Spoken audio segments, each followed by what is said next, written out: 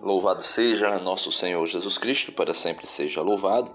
Peço a você que seja bem-vindo e já chegue dando um like no vídeo para ajudar aí o canal. E também compartilhar, se inscrever se você não é inscrito e deixar o seu comentário a respeito dos vídeos, o que é que você acha e também alguma ideia, sugestão para mais vídeos. O evangelho de hoje, dia 25 de julho, é tirado de São Mateus, capítulo 20, versos do 20 ao 28. Fala um pouco sobre São Tiago e São João, mas destacando aqui a pessoa de São Tiago, apóstolo, que é mártir, o primeiro mártir, podemos dizer o protomártir dos apóstolos, o primeiro dos apóstolos a ser morto. E o evangelho de hoje vem falar exatamente sobre ele. Naquele tempo, a mãe dos filhos de Zebedeu aproximou-se de Jesus com seus filhos e ajoelhou-se com a intenção de fazer um pedido. Os filhos de Zebedeu eram Tiago e João. Jesus perguntou: "O que tu queres?"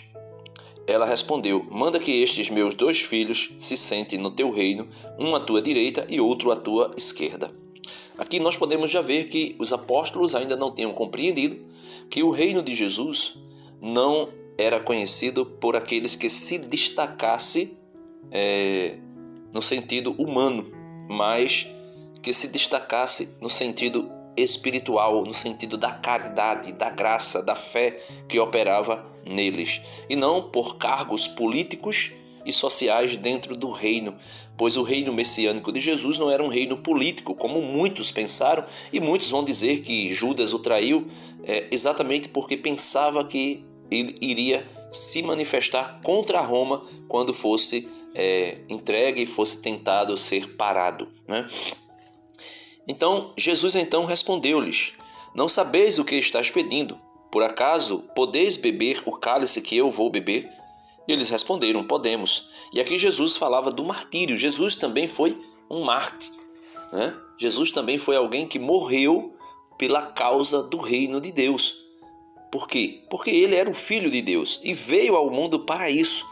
Muitas pessoas vão dizer que Jesus morreu meramente por questões sociais e política, por causa dos saduceus, dos fariseus e aquela política de boa vizinhança com Roma que subjugava, né, que os subjugavam. Pensou que teria morrido por causa disso, mas não, né? O sumo sacerdote, acho que era Caifás na época, ou Anás, não sei, ele profetizou a morte de Jesus para salvar toda Jerusalém. Ele disse: "É melhor que um homem morra do que toda a nação pereça." Então Jesus veio morrer para salvar a todos, aqueles que crescem nele, claro. E aí Jesus falava do martírio e eles disseram: "Nós podemos sim beber o cálice que tu irás beber." E Jesus então respondeu, né? "De fato, vós bebereis do meu cálice, mas não depende de mim conceder o lugar à minha direita ou à minha esquerda. Meu Pai é quem dará esses lugares àqueles para os quais ele os preparou." Então, desde a fundação do mundo, desde toda a eternidade, o Pai, conhecedor de tudo, porque ele está na eternidade, para nós existe um passado, um presente e um futuro, então ele conhece toda a nossa história, passado, presente e futuro, que diante dele está numa realidade só, numa linha tênue, né? E aí, ele sabendo quem seriam, por exemplo, Tiago e João, os apóstolos, os demais apóstolos, Pedro, Judas, ele sabia quem deles iriam crer, quem iria permanecer fiel até o fim, quem iria entrar no reino, e por isso os lugares foram preparados para cada um de acordo com o conhecimento, com a presciência, o pré-conhecimento de Deus, dos apóstolos que permaneceriam fiéis, né?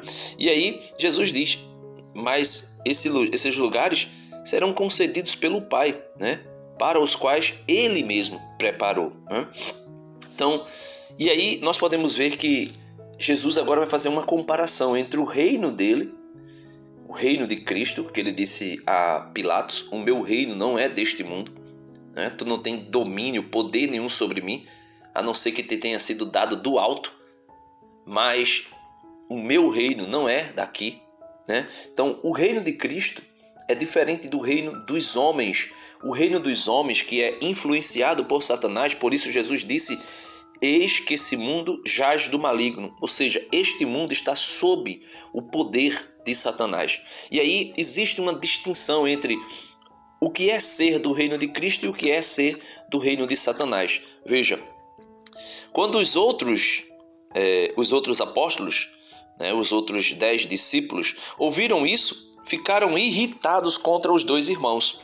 Jesus, porém, chamou-os e disse: vós sabeis que os chefes das nações têm poder sobre elas, e os grandes as oprimem. Entre vós não deverá ser assim. Quem quiser tornar-se grande, torne-se vosso servidor. Veja, no reino político social deste mundo, os poderosos subjugam, oprimem e corrompem as nações. No reino de Cristo, no reino messiânico de Cristo, ele vai dizer ao contrário: quem quiser ser grande ou tornar-se grande, torne-se vosso servidor, aquele que serve. E ele diz: quem quiser ser o primeiro, seja o vosso servo. Pois o Filho do Homem, que é Rei dos reis, Senhor dos senhores, não veio para ser servido, mas para servir e dar a sua vida como resgate em favor de muitos. E aí, meus irmãos, os apóstolos compreenderam isso, a ponto que Tiago foi para a Espanha evangelizar depois da morte e ressurreição de Jesus, depois volta a Jerusalém, e quando volta a Jerusalém, Atos dos Apóstolos, capítulo 2, versos do 1 ao 3, vai dizer: nessa mesma ocasião, o rei Herodes começou a tomar medidas visando a maltratar alguns membros da igreja. Assim mandou matar à espada Tiago, irmão de João. E vendo que isso agradava aos judeus, mandou prender também Pedro. Era no dia dos pães sem fermento. Isso aqui é muito profético. Era o dia dos pães sem fermento. São Paulo vai dizer que nós não devemos ser fermentados pelo mundo, ou seja, contaminados pelo mundo. Devemos ser pão asmo. Jesus vai dizer também: cuidado com o fermento dos fariseus e dos saduceus. Vocês devem ser pão sem fermento, pão asmo, ou seja, pão puro, pão santo. E é isso, meus irmãos, que nós devemos pedir ao Senhor, porque sem Ele, João 15:5, sem Ele nada poderemos fazer. Então, que o Senhor nos ajude, que o Senhor nos conceda a graça de, como Tiago, como os demais apóstolos, com exceção de Judas, morrermos em testemunho de Cristo, testemunhando a Cristo. Até o apóstolo São João também fez isso, Claro que não morreu, não foi martirizado num martírio cruento, mas foi martirizado de forma incruenta, ou seja, foi morto, perseguido o tempo todo. Um martírio, vamos dizer, cinza, um martírio sem sangue derramado, porém com a morte, sofrendo as perseguições, as calúnias, as defamações. Deus abençoe a todos e até amanhã, se Deus quiser. Amém.